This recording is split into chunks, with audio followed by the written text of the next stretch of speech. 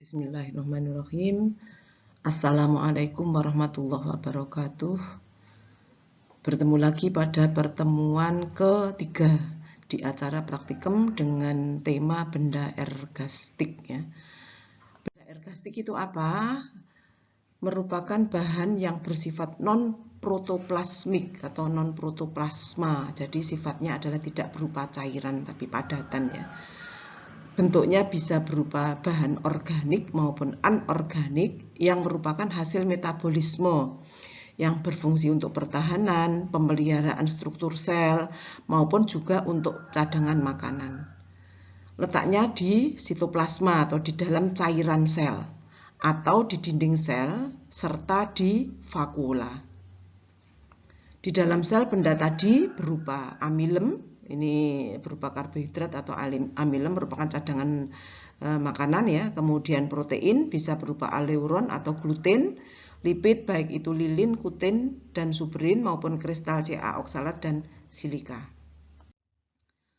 Mengenai amilem sendiri itu adalah di sini Bu Umul sampaikan teori sedikit terkait dengan amilem karena yang dipraktikumkan adalah amilem dan kristal Ca oksalat.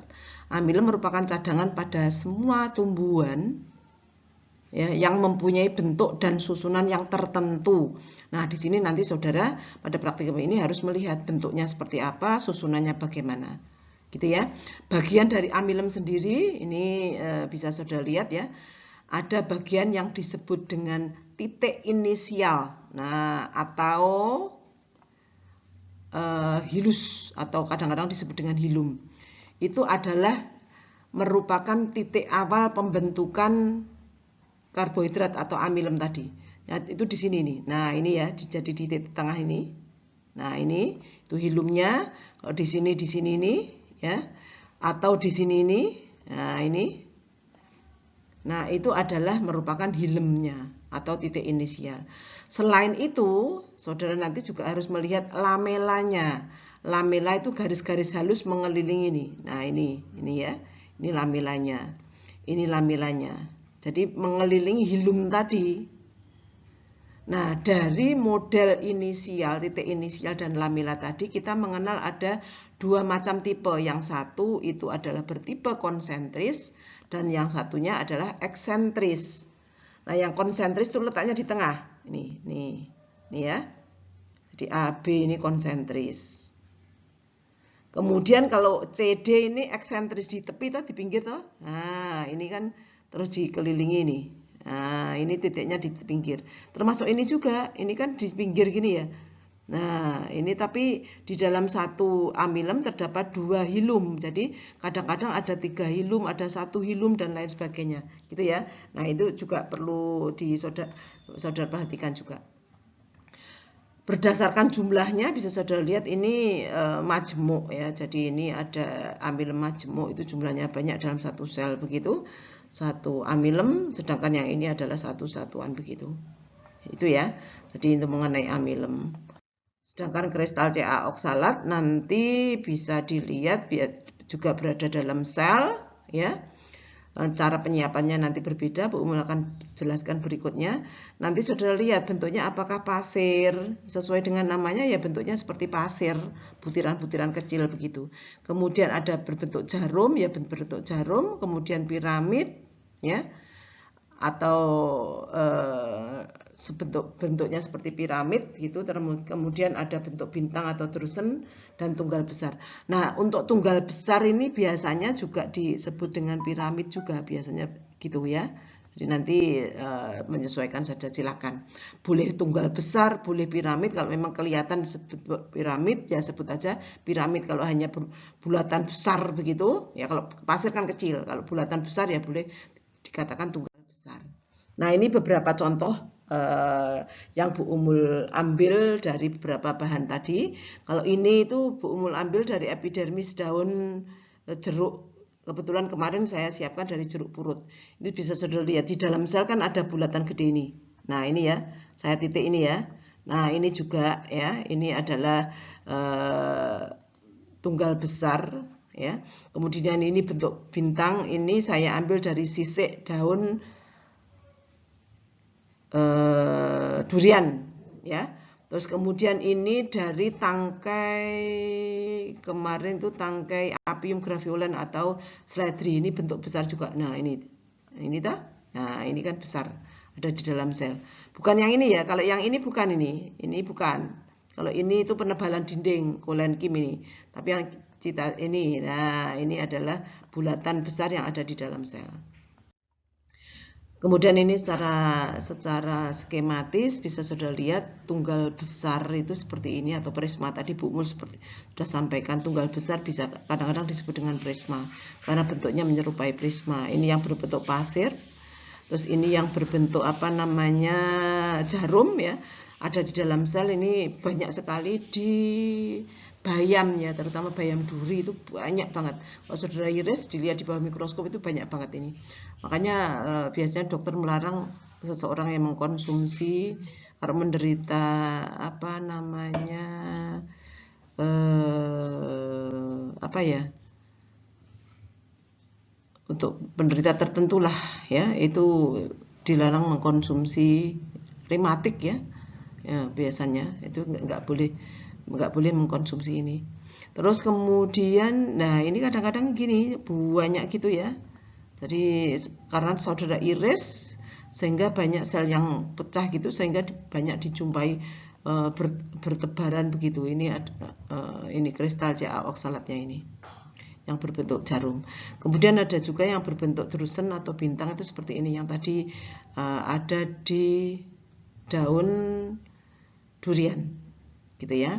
Nah, berikutnya tujuannya apa? Tujuannya di sini adalah untuk melihat benda ergastik. Nah, ini kurang kaya ergastik atau benda mati yang ada di dalam sel, baik berupa butir tepung maupun kristal CA oksalat, ini kurang T. Sudah saya tambahkan ini, gitu ya. Kemudian bahan dan alat yang diperlukan tentu saja mikroskop, gelas benda, gelas penutup, ini seperangkat peralatan untuk penyiapan ya. Kemudian ada jarum preparat, silet, air, larutan KY, ini untuk reagennya. Bahannya bisa dari umbi kentang, tepung beras, tepung jagung, atau jagung yang ditusuk-tusuk. Kalau jagungnya muda silahkan, ketela pohon, ketela rambat, kacang merah, buah pisang, dan bahan-bahan lain yang mengandung karbohidrat. Kemudian untuk yang kristal CA oksalat itu kita gunakan daun atau batang bayam. Tadi Bu Umu juga sebutkan tangkai dari Apium graviolen atau seledri, kemudian daun jeruk, tangkai daun begonia, dan lain sebagainya. Banyak sekali ya. Nah, cara kerjanya untuk yang umbi tadi, caranya adalah dengan ditusuk-tusuk begitu, dicuci dulu. Bisa saudara iris atau langsung juga nggak masalah, ditusuk-tusuk ini ya. Jadi ditusuk-tusuk ini dengan menggunakan jarum preparat ini ya. Kemudian cairannya ditampung di dalam gelas benda ya, diletakkan di kaca benda atau gelas benda, kemudian ditetesi reagen. Nah, bisa air, bisa KY, ditutup dengan kaca penutup, dan kemudian saudara lihat, saudara gambar, saudara tuliskan bagian-bagiannya. Termasuk juga yang kristal CA oksalat, bisa dari penampang batang bayam, epidermis daun jeruk, atau tangkai begonia. Caranya sama ya, diiris tipis seperti Bu Umul sampaikan di awal pada saat menyiapkan preparat segar ya. Kemudian dilihat di bawah mikroskop dengan reagen air. Nah, ini cara pembuatan laporannya. Saudara cukup menggambar minimal 3 amilem. Minimal ya. Jadi kalau saudara, wah saya kepingin lebih banyak, ya silahkan bikin yang lebih banyak lagi. Kemudian untuk kristal CA oksalatnya minimal 2 gitu ya.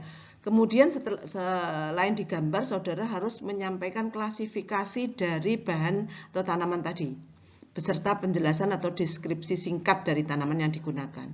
Singkat saja, enggak 2-3 apa namanya baris, silakan saja. Nah, ini Bu Umul sudah siapkan contoh pembuatannya. Ini misalnya saja pada preparat yang pertama ini kita gunakan umbi kentang. Setelah saudara tusuk-tusuk tadi, kemudian ditaruh di gelas benda, maka akan dilihat di bawah mikroskop itu seperti ini. Ini reagen yang Bu Umul gunakan adalah reagennya air. Nah, kemudian perbesaran yang Bu Umul gunakan kemarin adalah 10 kali 40, jadi perbesaran 100. Reagennya yang digunakan air, reagen itu artinya cairannya tadi ya. Nah, kemudian saudara cari ini, kalau gini dok kan sulit ya, ini gambarnya seperti apa begitu. Nah, saudara dibantu dengan pustaka, cari di internet atau di buku-buku berkait dengan topik yang dipelajari, nanti saudara akan peroleh gambaran ini. Oh, ternyata ini setelah dibesarkan itu tampak seperti ini. Di ini itu amilemnya, jadi ini itu diambil satu bagian gini. Nah, itu berupa gambaran seperti ini.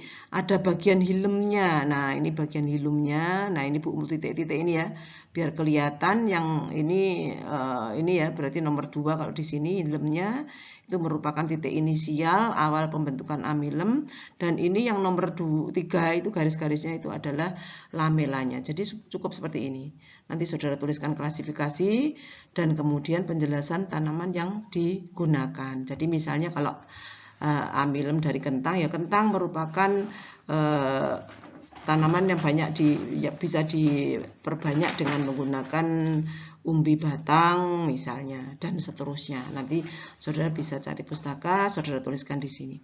Saya kira itu ya pada acara pertemuan ketiga ini. Silahkan saudara buat laporan, nanti seperti biasa dikirimkan ke email Mbak Readika maupun Mbak Usi ya. Silakan nanti kesepakatan seperti apa, waktunya 1 minggu ya.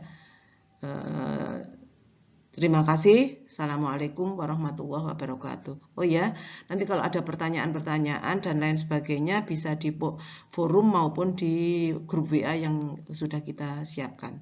Terima kasih.